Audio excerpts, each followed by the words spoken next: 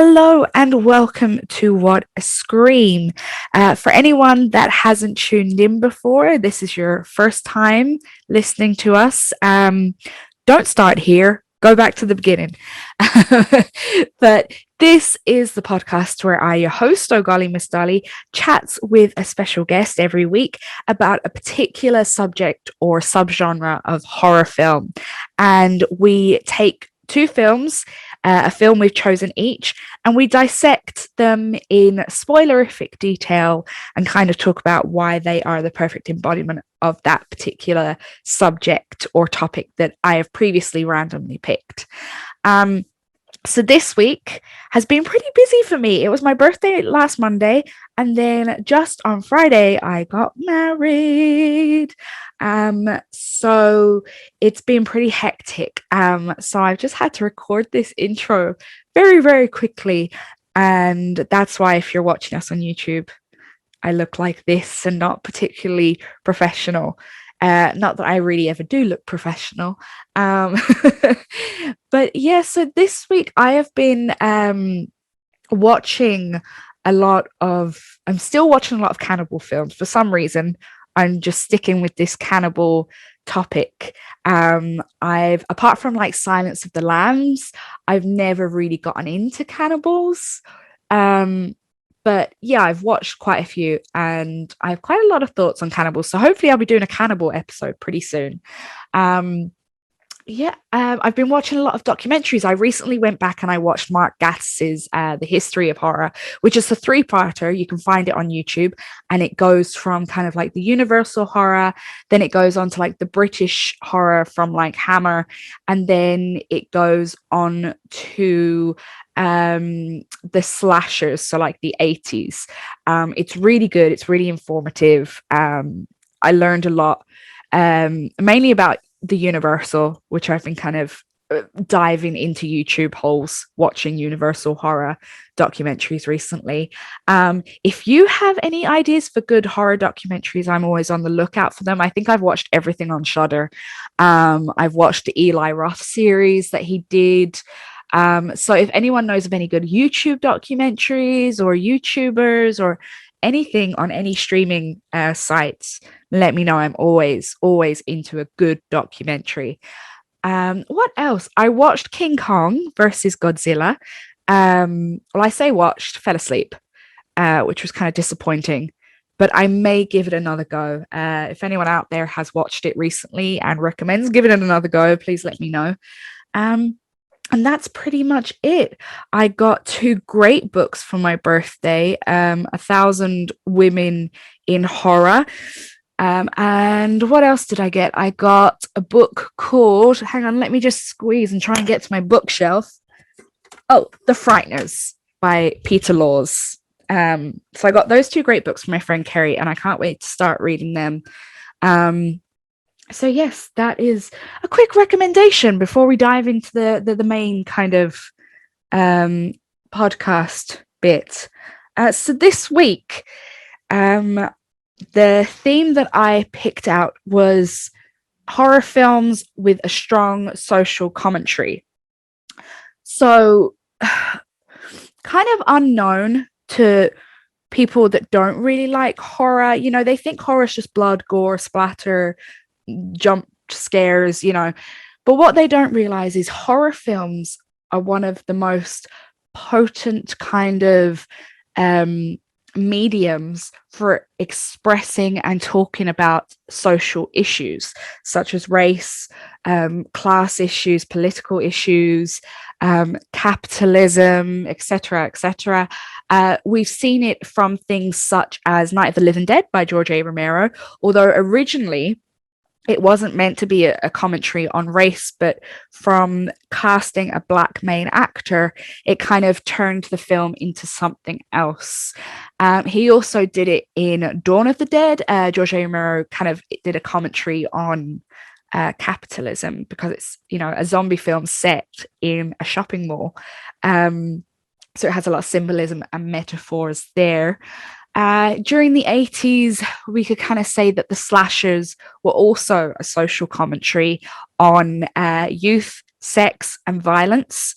And then as recently as perhaps Jordan Peele's films, Get Out and Us, of course, they have very strong commentary on racial issues for Black, Indigenous, and people of color. So horror has always been this great voice for discussing stuff that's going on in the outer, bigger world. So this week, my guest is an amazing performer. They are an activist. They are such a strong figure within their community. They're always creating mutual aid funds to help out people. They are just fantastic. I love them. And I knew I needed them on this podcast. Their name is Rye, or Hot Girl Bummer with 2 R's on Instagram.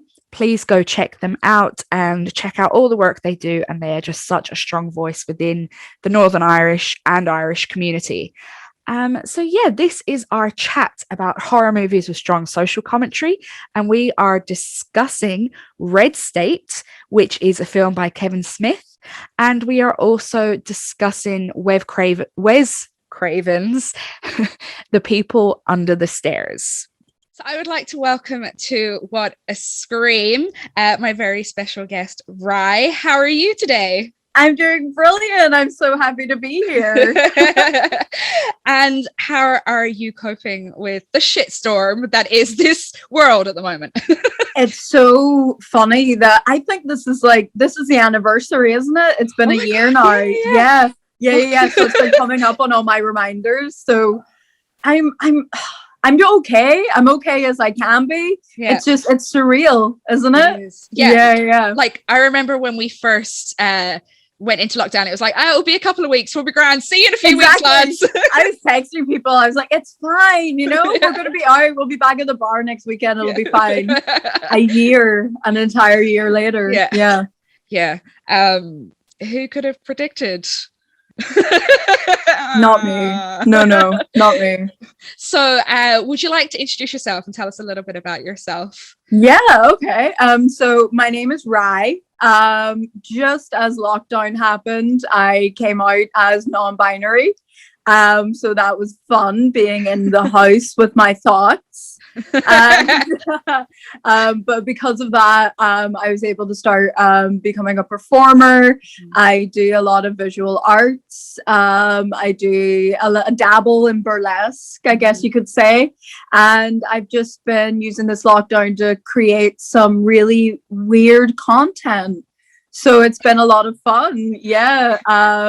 I have a show coming up soon with House of Discord, who are some amazing circus skills, burlesque performers. They do some really great stuff. So it's been really fun. It's been a fun lockdown for me. An online lockdown. Yeah. Online lockdown. Yeah. Mm-hmm. I mean, it's been terrible at the same time, but awful. Yeah. But you can see, some people have really flourished and found themselves in creating content or in creating moving what was everyday life for performers and artists online and finding ways to kind of help their sanity almost. That's exactly what it is. People are like, wow, that's a great thing you created, and I'm like, thanks, I did it so I didn't go mad. Yeah. It's like brought to you by depression and anxiety. But yeah, it's been a lot of fun to be like, oh no, this is rock bottom, but also at the same time, look what we've all made of our own little rock bottoms. Yeah, absolutely. So starting off with kind of the horror, are you a big horror fan, and how did you get into it? I am a big horror fan. I don't really know how does someone get into horror. I think as most of us, we all had our emo phases. Oh, absolutely. Yeah. There we go. Yeah, so we all had our emo phases around the early teens, and from there the emo-y music kind of brought me to the darker side of film. Let me think. I remember stumbling upon Pan's Labyrinth. Okay. When I was in my early teens. Yeah. So I was like, wow, this is fantastic. And that's immediately fell down the Guillermo del Toro hole. Yeah. And I realized, okay, I like monsters for sure. And I like it to be a bit out there. Yeah. And that's when I found like Hammer horror. Okay. That old kind of stuff. And you can't see them right now, but I'm covered. I was going to say usually covered in tattoos, but most of the time. Today I've taken them off. Yeah. Yeah. So all my tattoos are these kind of old school Hammer horror, anything with a creepy monster creature from the Black Lagoon, The Thing. I love it all. I just think that's so cool. That's so out there. It's so grotesque, but in a pretty way. Yeah. So that's my kind of thing. I had a discussion last week. Last week's theme was about gender and sexuality within horror, and we had this discussion, myself and my guest Tig, about how a lot of queer people, you know, myself, I'm a queer woman, a lot of queer people, they identify with monsters because we're used to being the outcasts, you know, pushed out 100%. Of society. Do you feel the same way? I take it. I feel the same way, and I've had conversations before with other non-binary people who have been like upset, but also at the same time happy that we can relate and see ourselves in monsters, goblins, ghouls. Yes, it's non-human, but also I really like that kind of fantasy aspect of, oh wow, something totally out there. Yeah. And so do you find that your love of like the monsters and fantasy influence your art and your performance? Oh, 100%. 100%. I think one of the first pieces that I did was I wanted my name to be something to do with goblins. Settled on Hot Goblin as my stage name, and then the only thing I would think about is where am I going to get these goblin ears? Like, what are you talking about? I'm like, well, like I can't go on stage and I can't be a goblin without some goblin ears. And I realized that I have created this whole sort of fantasy inside of my head, but roll with it, go with it. Exactly. It's been fun. So do you remember, apart from like Pan's Labyrinth, do you remember the very first horror film that you ever saw? Oh my god, yes. The first horror film that I ever saw was, I don't know if we can class it as horror, but Donnie Darko. Okay, I'd say that, well, it's a thriller anyway, but it was the first one I saw. I remember the image of like Frank the Bunny stayed in my head for years and years and years. And then I saw it again when I was a teenager and I was like, oh yeah, remember that?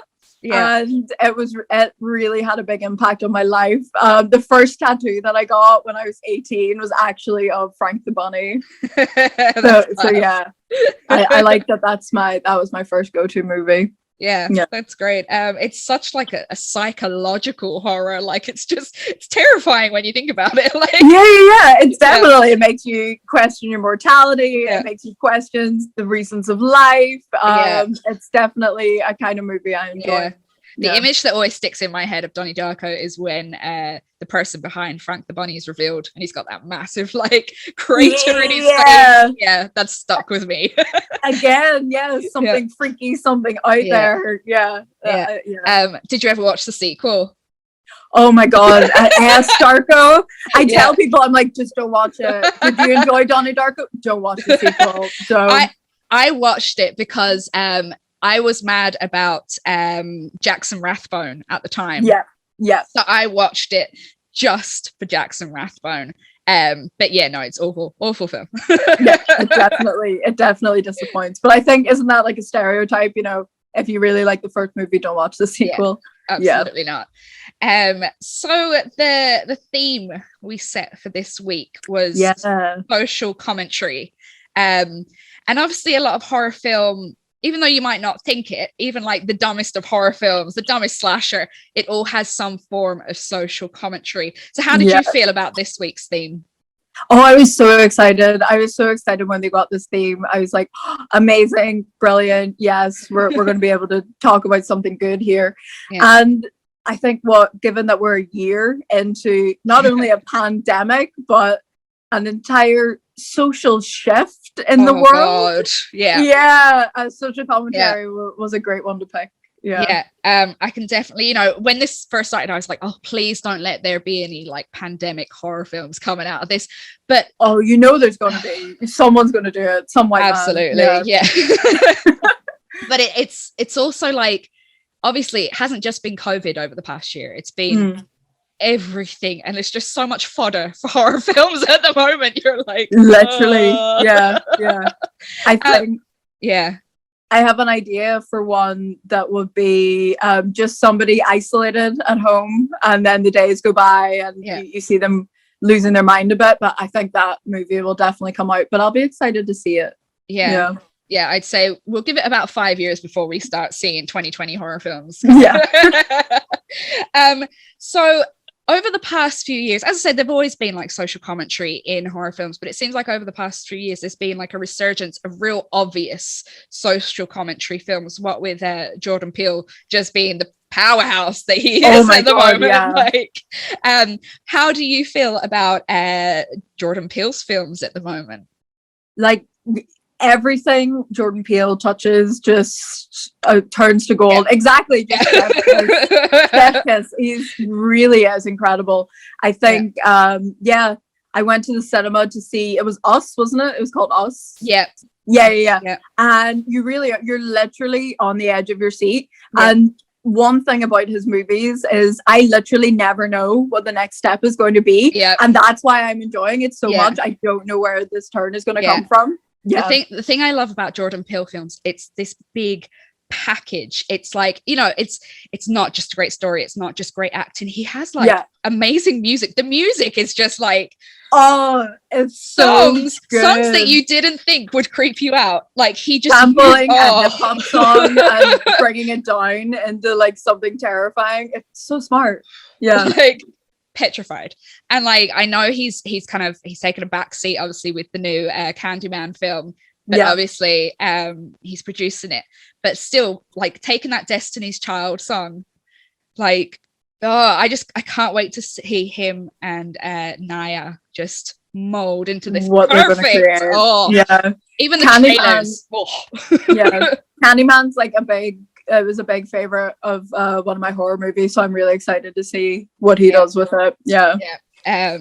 So the film that you picked this week, do you want to give us an introduction and a brief synopsis about it? Yes. So the film I chose was Red State by Kevin Smith. Red State came out in 2011, I think, which like I was so surprised. I always think of it as being like a modern kind of movie, but 10 years. 10 years. How did that happen? I have no idea how that happened. And it also made me think, wow, this movie probably would have done really well today. Yeah, absolutely. Yes, Red State by Kevin Smith. It brings you in and thinking that it's going to be a calm and lull kind of drama, and then boom, it's a thriller. Yeah. So we've got these three high school guys looking for the ride.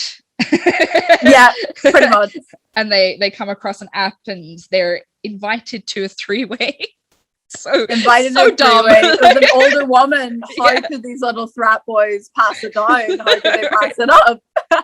And it starts off like one of those teen movies, you know, like American Vine. You put it on, you think it's going to be another Kevin Smith kind of stoner movie. Exactly.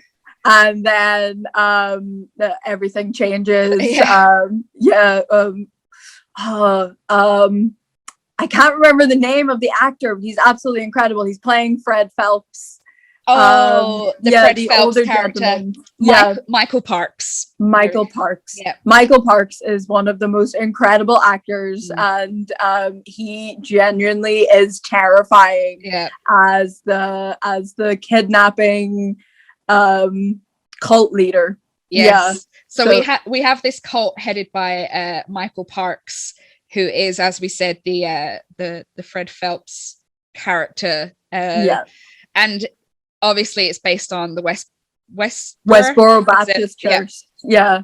And it gets a bit scary from there, doesn't it? They kidnap the guys. That's why I'm like, I definitely don't want to give spoilers away, but I want to like also warn people that it's going to get real. We do spoilers on this. Oh, so that's fine then. Perfect. Spoil away.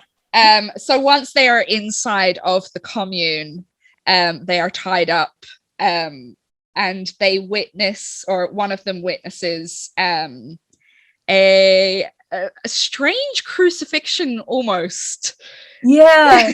Yeah. Oh yeah, very strange. They don't want to make a mess, so it makes for a very strange Dexter-esque. Right. Yeah. They Yes. see a very Dexter scene unfolding in front of them. Yeah. So they wrap this guy up in a cling film and then shoot him in the top of the head, and it's just so you don't expect it to come that quickly. No. It's so and you quickly realize like, oh no, this is like some medieval biblical stuff. This is yeah. So then we have the FBI involved. So they become involved with John Goodman's character. Oh yeah. And they are trying to stop a Waco reoccurrence happening. Yep. So there's a lot of red tape there that he has to navigate. And then all of a sudden shit goes south and there's guns and everyone's shooting and it's basically a free-for-all. An actual free-for-all. Yeah. And again, with Kevin Smith movies, like you don't know how this is going to play out. Yeah, it could go literally any way. Yeah, like the characters, there's one character, one of the boys, you think he's going to be the main boy, and then he runs out and it's just like bam, and you're just like, oh, he's dead. Oh, yeah. So that's over. So he wasn't going to rescue them. Yeah. Okay, great. What's next? Okay. Yeah, it's that kind of high velocity. Exactly. Yeah. And there is no there's no break in how terrible this film is. You know, there's no kind of breathing space. It's all no, I kept waiting for that throughout it. I was like, oh, one of the characters is going to go, you know, sit down, have a cup of tea, decompress about everything that's happening. Have a breath. It's going to like catch us up on everything here, but no, it is literally like guns going from the echo. So let's chat about the themes of this film. So obviously the main theme is extremism. Extremism, radicalism, terrorism. Absolutely. Yeah. I mean, the thing that I kind of found with this film is obviously we see America and they're mad into pointing the fingers at everybody else, saying, you know, people over in the Middle East, they're all terrorists and they're part of the jihad and blah blah blah blah blah, when literally their whole country is built on terrorism. Terrorism and white supremacy. And I think that's definitely what this movie highlights is like that could very easily happen. The Westboro Baptist Church exists. There are hundreds and hundreds of churches and sects in America and, you know, Europe as well. And given the Black Lives Matter and all the other social commentaries that have been brought up this year, we've seen a huge divide. And it's not opinions, it's like the way people are living their lives and what people truly believe. And I've definitely been shocked in finding out that some people in the world disagree with basic human rights. So when we go back and we watch movies like Red State, it kind of makes me go, oh wow, this could really happen.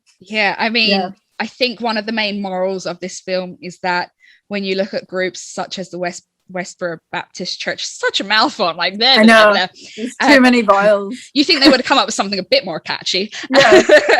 But we see groups like this and people kind of, even at the beginning of this film, they just fob them off as silly and they just pick at funerals, you know, they're just silly. But they were raised in a different time. But when we allow people like this to have a voice and to continue doing what they're doing, it leads to much bigger disasters. Exactly. They're not just silly old people. They are white supremacists who are terrorists and don't care about, you know, anyone that isn't white or part of their. We've got to nip that shit in the bud. John Goodman, he was right. We're just going to nip it in the bud. Exactly. So, and also then we have kind of the other side of the government and their dealings. How did you feel about the government kind of portrayal in this film? So it's a hard one, and I think the police are meant to be portrayed as the heroes. But I mean, ACAB, they also are not doing a great job in this movie either. No. Yeah. So it was a tough one, and it really makes you think that it should never have got to this point. Yeah. There's nothing we can do now that we're here. The police can't save us. Yeah. God's not going to save us. Yeah. And it makes you think of all the riots and stuff that's been happening across the world. The police aren't here to protect or serve anybody. Absolutely not. Just trying to save their own asses at this case. Yeah. That's exactly it. You know, I was kind of thinking about this film once it ended, which I suppose is the sign of a good film, that you continuously think. Yeah. But to me, it was like the cops in this film just wanted to blow it all up and then brush it under the rug. You know, that exactly. Yeah. And cops, police in Ireland as well, all over the world, they're not there to serve the people. They're not there to protect the people. They're there to uphold rich, white, upper class 100%. Yeah. And you can really see that in this film. You know, innocent people got killed, children got killed in this film, and it was the police's fault. Exactly. Yeah. So neither side really comes off well in this film at all. No. Yeah. But ACAB, it's literally, I'm trying to think of the right words, but I just keep falling on ACAB. Yeah. That's exactly it. I mean, and obviously with what has happened over the past week or so, it's just like me and my friends have been talking about it. I mean, and obviously being a white kind of cis woman, I do have a higher privilege, and I should recognize that. And I do recognize that and try and work really hard to do the work. But it's just when you see things like obviously what has happened in Atlanta, and the police coming out and being like, well, that dude had a bad day. And you're like, fuck you. Exactly. Like, oh my God. Yeah. Like, we have a bad day and we like go to bed early. Like, we are so exhausted. We are so exhausted from putting this work in and doing this work. And the bad days that we're having are as a result of like the patriarchy, white supremacy, like, nothing that we've had a bad day about that man has ever experienced. Absolutely. Yeah. Like I said it to one of my friends, I was like, imagine if every non-male, non-white person, non-cis person like killed someone every time they had a bad day. There'd be no men left. There would be no men left. That was a brilliant point. Exactly. Yeah. And it's just sorry, go on. Kind of unrelated, but a really fun fact that I learned earlier this week is that when people are menstruating, the hormone that is most present is testosterone. So, when we're being bitchy on our periods, it's because we're acting like men. And that makes me so happy. It just makes me really happy. Yeah. That sounds about right. And that's probably like, you know, when men are kind of like, they say to, you know, someone having a period, they're like, oh, you on your period, oh, you're such a bitch when you're on your period, and you're like, is it because I'm acting like you? Like, exactly. That's why you can recognize this. That's why you can clock it. But I just obviously what happened in Atlanta with that horrible terrorist, it's like just this cover up by the police that they don't want to say what it is, which is white supremacy, which is someone who is anti-sex worker, which is someone who is misogynistic. And it's like you don't need freaking the behavioral analysis unit of the FBI to tell you exactly this was a calculated attack. And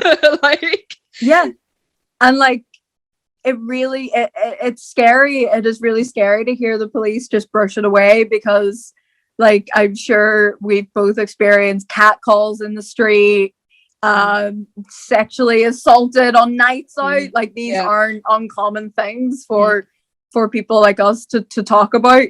So it's scary when you just hear police be like, it was just a bad day, it's not that big a deal. You know what annoys me is they brought him in alive. I saw that thing. They brought him in alive, and you know, Breonna Taylor was asleep. So it shows you. And there was that man a couple of months ago, if not last year, who committed that terrorist attack in the church. That's right. And I remember they put a bulletproof vest on him and walked him out to the car, and all these measures are put in place for these monsters. It's it's really scary to Yeah. see. Yeah. So it's just like taking it back to Red State. It's almost sad that we're Yeah. still relating to this film. Yeah. I think, and it shows you that one of the scariest things still in this day and age is a white man. Yeah, absolutely. A powerful white man. Can get away with a lot. Taking it back to the monster movies and how people relate to the monsters. When you look at monster movies, it's most of the time it's the people in it that are the actual horror. That are actually scary. Yeah, you're right. So obviously you chose Red State because it's a great film, but what really made it stand out for you?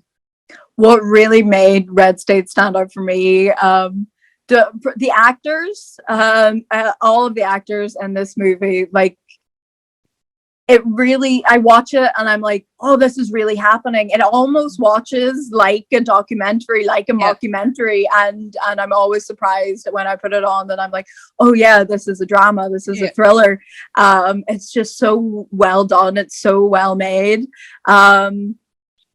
I think that ending scene as well, every time it happens, it makes me so happy. Apocalypse and apocalyptic movies always stand out to me. Like Tank Girl is probably like my favorite movie of all time. So whenever I heard that big bell go off and everyone in the cult thinks it's God speaking to them, I'm like, this movie's incredible. He's really gonna have God coming down from the sky now. Like, this man's done it. That really made me happy. That I just never know what I'm going to expect with Kevin Smith. I mean, the fact that he made Red State, obviously we're used to Kevin Smith and he's kind of comedic, kind of. I mean, it is quite comedic, the ending, you know, it is quite funny. Definitely. And I think he's done a movie before called Dogma, where it's kind of it's a little bit anti-religious, but still at the same time pokes fun at it. So let's talk about the religious aspect of Red State, because obviously it is based on these extremist religious people. How do you feel about how that kind of religion is represented in the film? Oh, that's a good question. It's something I've come to terms with lately. I went to a very religious secondary school. I went to an all-girls Catholic convent. So I did not have a fun time with religion, as you can imagine. And that's brought me to the path of kind of each to their own. Whatever anybody needs to have in their life to be happy, that's fine. Do you, as long as you do it yourself. Don't push that onto other people. So that's where I'm at now.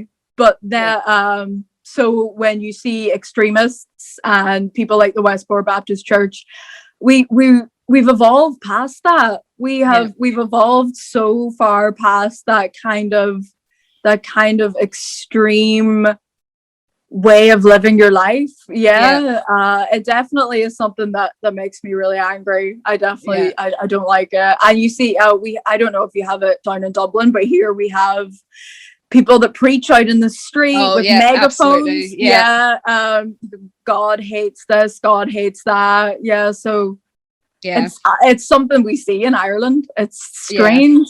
It's so strange. And I think again it's kind of this, like, you know, you can laugh at these funny extremists and they're so funny and that's all in America, but it's not. It's all over the internet, and it's like, it's that little old lady that lives down the street that goes to church every day and is so indoctrinated into the Catholic Church that anything these fucking men of God say is the word of God. The word of God.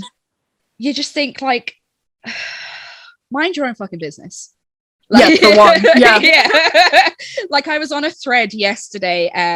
So obviously the Pope recently came out and was obviously being an asshole about homosexuality. And one priest came out and said, I will bless gay marriages. You know, I will do that. I believe in love. And there was all these comments being like, but it's a sin, it says in the Bible. And you're like, it says in the Bible not to mix your fabrics. Exactly. Yeah. Or like, you know, you'll be stoned to death if you get a divorce. Yeah. Like there's so much in the Bible. Stoned to death if you eat shellfish. Yeah. Like there's so much in the Bible. Yeah. Like let's not pick and choose. Yeah. Exactly.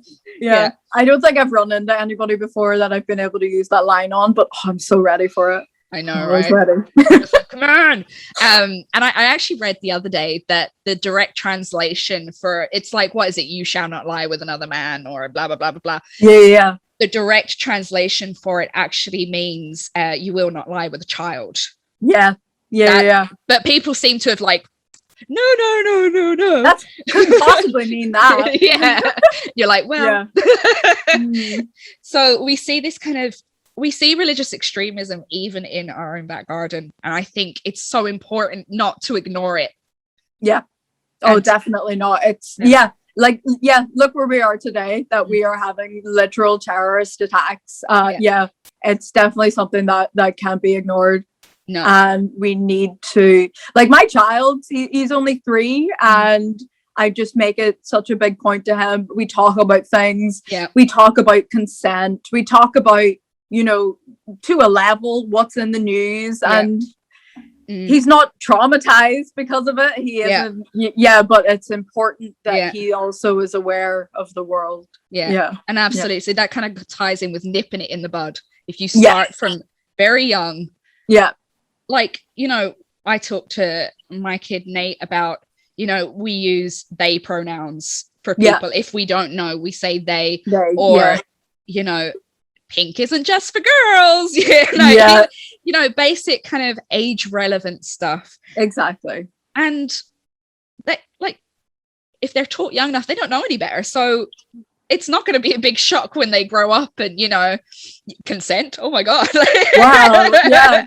I have to be a decent person. Like that would be a shock to them if they're already being taught that. Yeah. So I'm really hoping that the next generation that we kind of give birth to are going to be better, please. I know, like fingers crossed. We're putting the work in. Yeah, so hopefully. So much work. Yeah. So would you recommend Red State to horror fans? Oh, 100%. Yes. If somebody is a fan of thrillers, I would totally recommend Red State. Yeah. It's something that's plausible. It could happen. Brilliant actors, brilliant freaking action. Yeah. Pow pow, guns firing. You'll love it. Yeah, it's good. So let's move on to the film that I chose, which was Wes Craven's 999. Let's start that. 1991 film, The People Under the Stairs. Yes. Which starred Brandon Adams as our main character, Fool, who is a 13-year-old boy. He is from a Black family. They are very poor. They are in the projects. They are being shat all over by their landlords. The mother's sick. They can't afford to pay her medical bills. So himself and a family friend, Leroy, played by Ving Rhames, decide they're going to go rob the landlord's house. At which point I went, yes. Yes, exactly. As you should, boys. Yep. So these landlords, they are white, they are middle class, and not unlike the landlords of today, 20 years later, might I add. No, 30 years later. Oh my God. Now oh my God, yeah. I'm like, shit. 30 years later. I still think the 90s was like last year. Yeah. I'm like, that just happened. Yeah. So the landlords are charging people triple if they don't pay their rent on time. And then when they still don't pay, they chuck them out, level the buildings and make office buildings. Yeah. Which is pretty much what is happening today. Literally, we are losing. That's one thing I thought. I was like, wow, there's no private housing. There is no, we're in a housing crisis. The list for council housing has gotten longer. There's nowhere you can rent. It's, scary. Yeah. I mean, and also we've got the theme of kind of gentrification in this film, which is when kind of lower income areas are then taken over by middle class, upper, generally white. We saw it a lot in America with black neighborhoods such as Harlem, where they are literally forced out of their homes further and further away, so rich white people can come in and because gentrify. You hear it like obviously to a different degree here, but you hear people talking about, oh, you know, that street, you know, it's up and coming, that street is trendy now, that street just got a new coffee shop, like, but when you actually think about the people and the families that aren't going to be able to pay their rent anymore now because that area is trendy, it's a strange one. I mean, we see it in Dublin. There is an area called the Liberties, which traditionally was workers' families for the Guinness factory. So I didn't know that. It was lower income, you know, working class. Yeah. But now it's got offices. It's got obviously the art college there. It's very up and coming, as you said. So all of these families can now not afford homes. That's mad. In their own area. I mean, there's nowhere in, I don't know what it's like up north, but there's nowhere in Dublin that's affordable. Oh, yeah.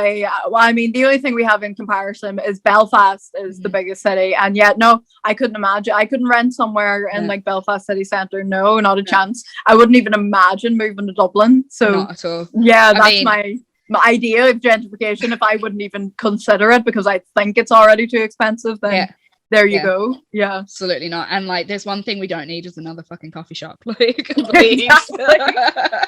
Exactly. So getting back to People Under the Stairs. So Leroy and Phil break into this house with another friend, and they are instantly trapped. So it is basically a home invasion gone wrong. The real horror is inside the house. So we have these characters called Mommy and Daddy, which is kind of creepy. Terrifying. And they have been stealing children. And when they are not up to their high standards, they've been chucking them under the stairs in the cellar and feeding them bits of people. Basically, they've been cannibalizing them. So we've got this kind of monster-fied children. You know, they're very pale. They have this kind of saying that they kind of bastardize for themselves away from the original meaning, which is see no evil, speak no evil, hear no evil. So if a child does something wrong, they'll cut their tongue out or blind them, which is horrific. Terrifying. And we've got this girl called Alice, who is the perfect daughter, and she has managed to survive them, but she does get beatings and very badly abused. So it's quite a funny film. Like, there are some comedic. Yeah, there are some parts. Yeah, but at its root, it's so horrible. It's literally the stuff of nightmares, like the actual stuff of nightmares. Like when you walk past that creepy house when you were a child, like that's exactly what you think is going to happen. Yeah. It made me kind of think of, do you remember that old kids movie called Monster House? Yes. Where where the house itself is alive. So that's what I thought at the start it was going to be. I was like, oh, but the house is the monster. But no, again, it was white people. So we see Mommy and Daddy, who we find out are actually brother and sister, which makes it even creepier. They are basically, you know, they're quite like 1950s kind of gender roles. They're kind of the symbols of conservatism in America. And one thing I wrote down in my notes, gimp suit. Yes. So Daddy has a penchant for running around in this. Okay, so one question, right? He seems to put it on when he's like hunting food or when he's trying to find. Okay, all that shit's gonna take a long ass time to put on. Exactly. and what if you get caught? Like, it was the gimp. Like, I saw them from the window. Like, do you throw away that gimp suit? That thing is so expensive. Like, it's definitely because he loves it. It's not smart. It's because he likes that. Yeah. Yeah, I mean, and the noise of it, you know, it's not really great, but it's like, it's an alter ego more than a villain persona, because it's an awful villain persona, but it's definitely an alter ego. Yeah, just a little bit. It's a bit strange. And you're like, Wes, were you feeling okay when you did this? Well, yeah. Oh, we got a little look inside Wes's brain with that. Absolutely. So we see this kind of these two characters, they hoard the money that they take from the people in the projects. They don't use it, they just shove it all under in the basement in a massive pile, like a dragon's cave. Yeah. And I found that very symbolic of billionaires today. All this money, nothing to do with it. Why don't you redistribute it? Exactly. Redistribute your wealth. Come on, we're all waiting. Yeah, you're not doing anything with it. It's the kind of thing when I think, like, I see like, oh, new space travel, new this, new that, and I'm like, we don't have housing. What is it now? They're like, it used to be there were like 8 people in the world who owned like half of the world's wealth. It's now 3. There are now 3 people in the world who own half of the world's wealth. Like you can't spend anything. Like you can't spend all that money. Even if you tried, like, gun to your head, you couldn't spend all of it if you tried. Yeah. And it's so frustrating, because how can they see what's going on in the world and not want to do something? You can still have a ton of riches, like, you know, if that's what you're into, you can still have your house and your cars. No one's saying you can't have luxury. Like, how about we help out some healthcare? Like, how about, you know? I think that place in America, Flint, Michigan, does it even like still have clean water? I doubt it. That's insane to me. Like, and I don't know if you know, but of course you do. I run the little mutual aid group. Of course, for the local marginalized community.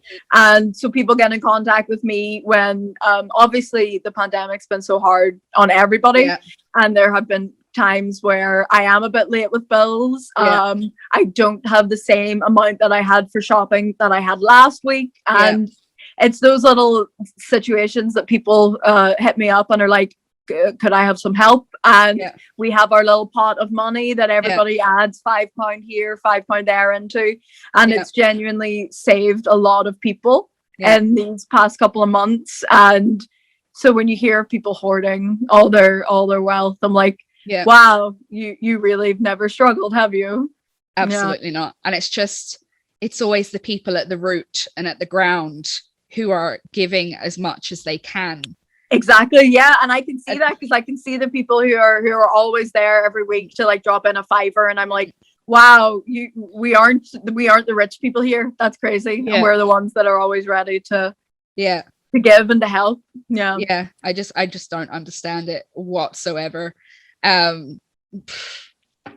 Richmond, white Richmond. It's infuriating. It's just infuriating. Frustrating that we're still putting the work in. When it shouldn't be us working.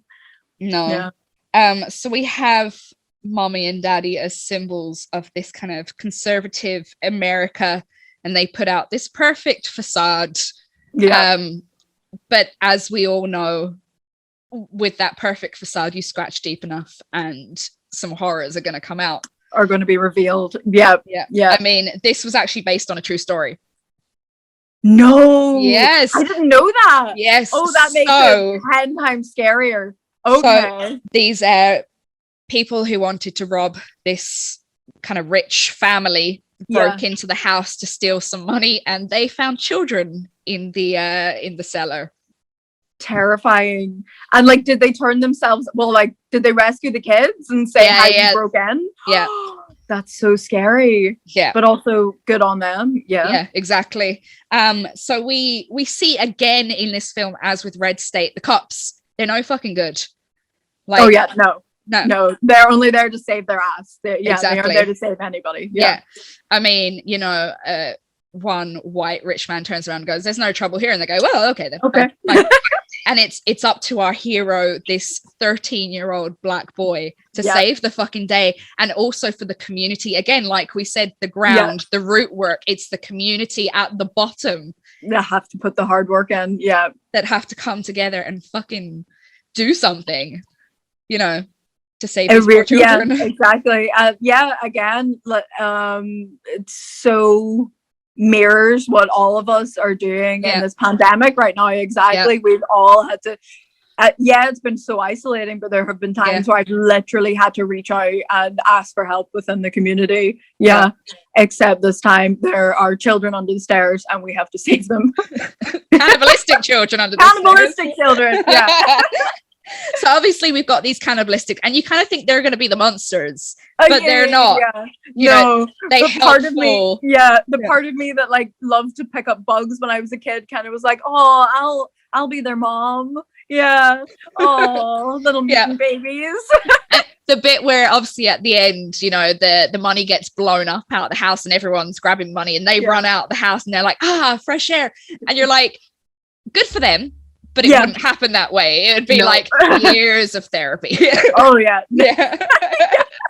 Where do they go? Like, where did they go? I know. Like, that's what I was thinking. Did they go to the hospital? Like, the fire brigade aren't going to take them? Yeah. I mean, we all know that years of trauma, they probably just want to crawl into a sewer somewhere. And you're like, oh, that'll be the sequel. That'll be the sequel. Yeah. The people under the streets. Where it came from, maybe. Exactly. So we've got again, religion is kind of, because they are portrayed as religious people. Religion and conservative, again, masquerading as the good guy, masquerading as, how could I possibly have anything wrong going on behind these doors? I love God. We're all about God. So they're all this God-fearing, but yet they do things like hoard the money, and they also own the local liquor store.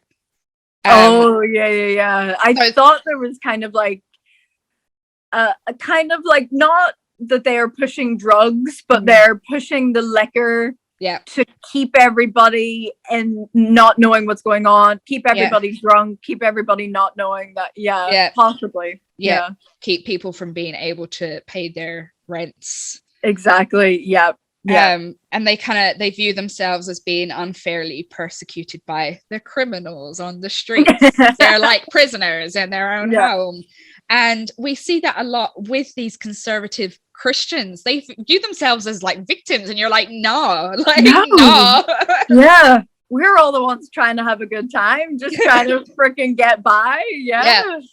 Like, we just want to party, and they're pooping. They're pooping all over this party. Pooping all over the party. Excuse me. And then that kind of mirrors, so at the very beginning of the film, we have the tarot card reading. Oh, yeah. So we've got this kind of dichotomy of like old religions versus Christian kind of religions. And we've got Fool getting a tarot card reading, and he draws the Fool.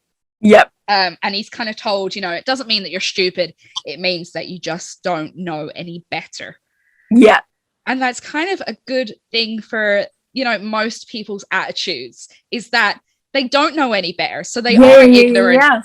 Exactly, ignorance. And I think capitalism plays a big part in that. Like, absolutely, it's not our fault that we are suffering. We were just thrown into this, and of course it doesn't make any sense. None of us were meant to struggle like this. So you know, this world isn't, it's because of capitalism. It's not for the lower working classes, for the normal person. It is built for the rich, for the privileged, and kind of everything that's put in place because of capitalism is just there for our downfall. Like, exactly. You know, coming from I come from a working class background, and it's just, there's nothing there for working class people. You know, they always tell you, oh, work hard enough and you'll get a good job and get money. It's like, nah, no, that's not for me. That's why I'm so into the mutual aid. I just don't think anybody should have to be struggling She'll have to be struggling to survive. Yeah. Yeah, definitely not. Yeah, and it's such great work you do as well. So thank you for all the work you do. Thank you. I shared something the other day that was like, I don't do it for science. I do it out of spite. So yeah. Yeah. Eat the rich. Eat the rich. Exactly. Yeah. So we'll go back again to the see no evil, speak no evil, hear no evil kind of theme. It's kind of referenced. Originally it was meant for, you have to overlook, you shouldn't overlook wrongdoings, but some people do it knowingly. Pick your battles kind of. But this is kind of bastardized by mommy and daddy, and they kind of use it to abuse their children. Which is, again, a really good allegory for religion as well. You might have good intentions, but it's kind of used to abuse people. Exactly. Yeah. Oh yeah, and it makes me think of, there are a lot of places in Ireland where if you want help for alcohol addiction or drug addiction or something quite serious like that, you have to go down a religious route. Yeah. Like and that's something I find quite scary, because otherwise, there are people who are in really dire needs of some help, and people say, well, sell your soul to me and Jesus here, and we'll help you. It's strange. Yeah, that's how cults are oh my god, perfect. Yeah, that's how cults are made. Exactly. There you go. Yeah. And if that's how their organization is going to have to work, like a cult, then shouldn't we all be questioning that? Right. I mean, preying on vulnerable people and getting them to join their religious order. It's like, it's like, no, you're in a cult. So we see the character of Alice, who has worked hard to, again, see no evil, speak no evil, hear no evil, and she has had to turn a blind eye to a lot of things just to survive, and she's had to kind of silence herself to survive, which I found was quite kind of representational of the patriarchal effect on women, femmes, people who are assigned female at birth, anyone that basically isn't what society says they should be. How did you feel about the character and that representation? I think, yes, you have to be a bit Stockholm syndrome-esque to survive. And it's the same way in this. I always use this phrase, anything for an easy life. So, if I'm walking down the street and I get catcalled, sometimes it's easier to, just walk on. And that's so sad, isn't it? So part of me really understands, of course you're going to do what you need to do to survive. But no one should have to do that. No, it shouldn't have to have been that way.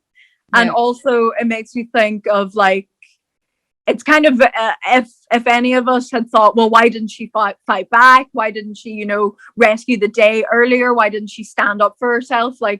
That's victim blaming. It's victim blaming. We can't expect anybody, especially children, especially people assigned female at birth, femmes, women, the weaker, the oppressed. We can't expect these people to be putting the fight in. So as much as I was angry at Alice at a lot of parts, it was also, do what you gotta do, girl. Yeah, exactly. And that's why it's so important for people who, aren't marginalized, people who are in positions of privilege, whether it's because they're white or male or cis, het, they need to be putting the work in. Exactly. This fight that we're fighting is only because of the patriarchy.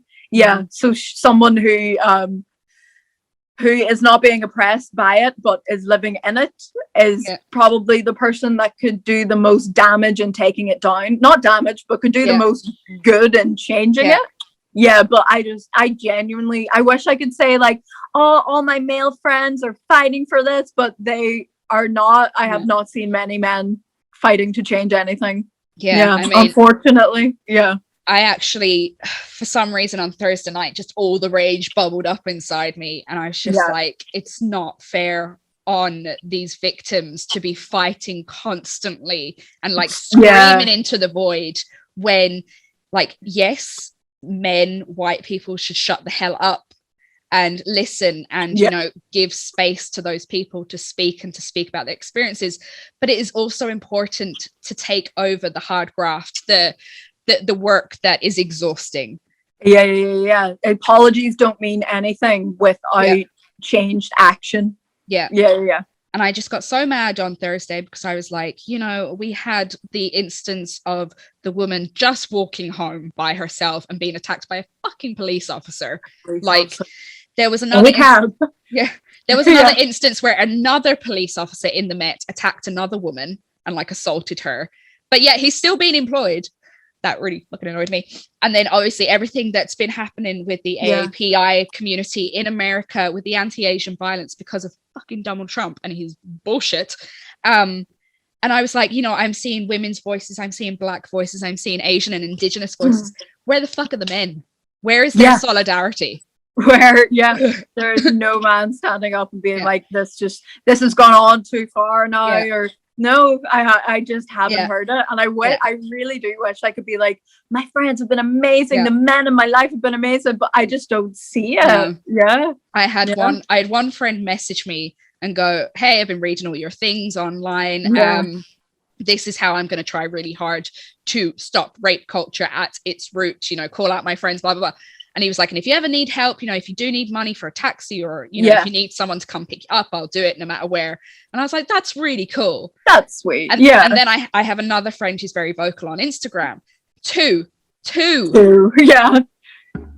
Like, I have a lot of male friends. Like, I'm sure those men are great. And those are sweet messages. And that's like, part of me wants to be like, to big these men up and to put them on pedestals. But we shouldn't do that because that's what they should be expected to do. And like, it's so emotional. This whole time has been like, we aren't even the victims in this one act that has like gone viral. And I think everybody has just been so traumatized by this whole thing. It's definitely, it's brought up so much stuff for me. It's brought up so much stuff for other people in my life. It's been, the solidarity's been nice though. It has. It has. But it's, you know, I just think everyone is just, especially, you know, female, AFAB people, as well as the Black and Asian communities, they're so tired. Like, just exhausted. Just beyond exhausted. Like, please take over, like, please, just for a little bit. Like, I was gonna say Jesus take the wheel, but fuck that guy too. Like, let's not do that. So bringing it back to People Under the Stairs, we can see that kind of like the title and that the actual people under the stairs do represent everyone who has been pushed and held down and suffered under the scourge of kind of white upper class conservatism. People that don't fit into capitalism, people that aren't going to be profitable to the workforce. I definitely related to the people under the stairs for sure. So would you recommend this to horror fans? I would definitely recommend this to horror fans. Yes, I like everything about this movie. I like the way that's shot. I like the way it's filmed. Another recommend from me. I really like it because it has this, you know, great, I mean, you know, some things have aged obviously because it was 30 years ago, but it's still got such a relevant message. But it's also got like good scenes of horror with this gimp running around the corridors, like chasing these cannibalistic children. It's something out there. Something weird. It definitely. Like Red State, it's going to hold its own and definitely a lot more years to come. It's 30. We can call it a classic.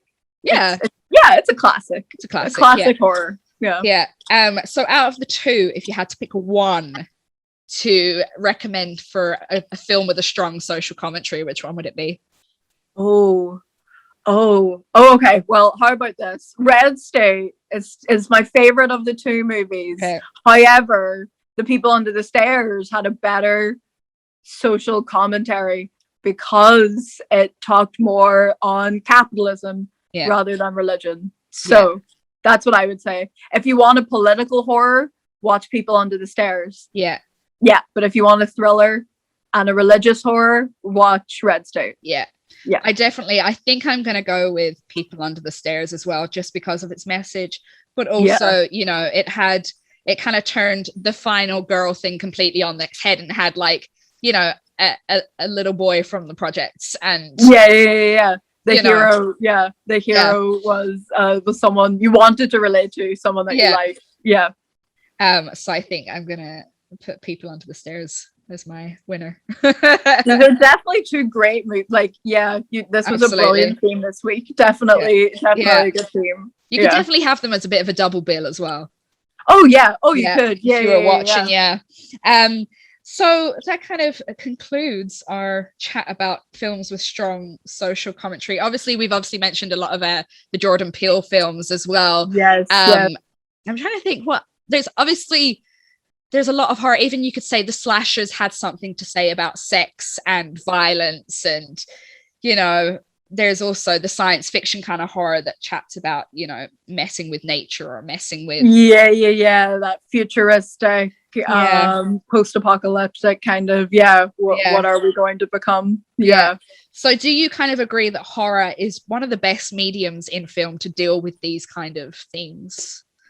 Oh yeah, because the world's really scary right now. The world's really scary right now. I mean, Black Mirror, think of how excited people get for Black Mirror episodes coming out, and that's because it's relatable horror. We watch it, we're like, that's terrifying because that's what we're experiencing right now. So that's why I think over the next couple of years, after the scary pandemic, after the social justice that we're all still trying to get, we're going to have some great horror movies come out. Okay, so before we go, I always ask, what is your favorite horror film and why? Oh, that's a great question. Oh my god, I think I mentioned it earlier. Pan's Labyrinth is probably a huge favorite of mine, but I think I'll have to go with Frankenstein. Okay. The early Frankenstein movies. I read Mary Shelley's Frankenstein when I was a teenager. I was like, this is awesome. Again, relating to the monster who didn't ask for any of this. I love it all. It's all brilliant. I am a massive fan of Frankenstein. I have a Frankenstein tattoo. Like, Same. Yay, tattoo buddies. But I loved it because Mary Shelley invented the fucking science fiction genre. Literally. You know, and the tale was created because all her male writer buddies were like, I bet we could come up with the scary story, and she was like, hold my coat.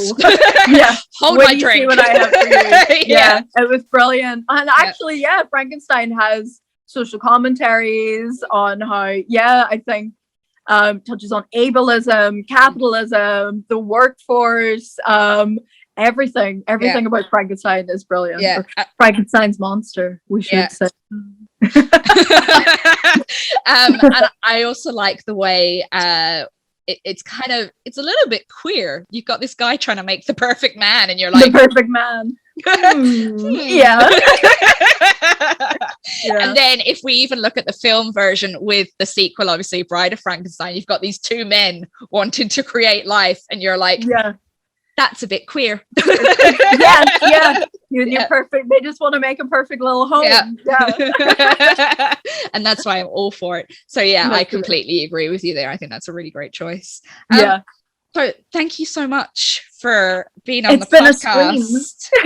It's been a blast. It's been a lot of fun, definitely. If people want to find you on social media, where can they find you? Yes, definitely come find me on social media. My handle on Instagram is Hot Girl Bummer with 2 R's. And my backup is Hot Goblin. So you can find me on Instagram. So that was my chat there with Rye about 2 films with a strong social commentary. So that is 1991's The People Under the Stairs, directed by Wes Craven, and Red State from the noughties, directed by Kevin Smith. two great films with such a strong voice within them. So, what did you think of this week's episode? Do you think there are other films out there that have an even stronger social commentary on them and that we should have discussed them instead? Let us know in the comments in our Instagram post or our Facebook post. That's at What a Scream Podcast. You can also find us on Twitter at _scream, because Twitter's really weird and doesn't let you use an A. I don't know. And we are also on Letterboxd at What a Scream. You can also get in touch with us at What a Scream at Gmail. No. Oh my God, I don't even know my own email address. What a Scream podcast at gmail.com. If you think you'd be a great guest, if you have anything you'd like us to cover, let us know. As always, I hope you are dealing with everything going on okay. I hope you're taking plenty of time for self-care, watching plenty of horror films, and I hope you are staying horrific. Goodbye. Shouldn't be scared of Dracula. Shouldn't be scared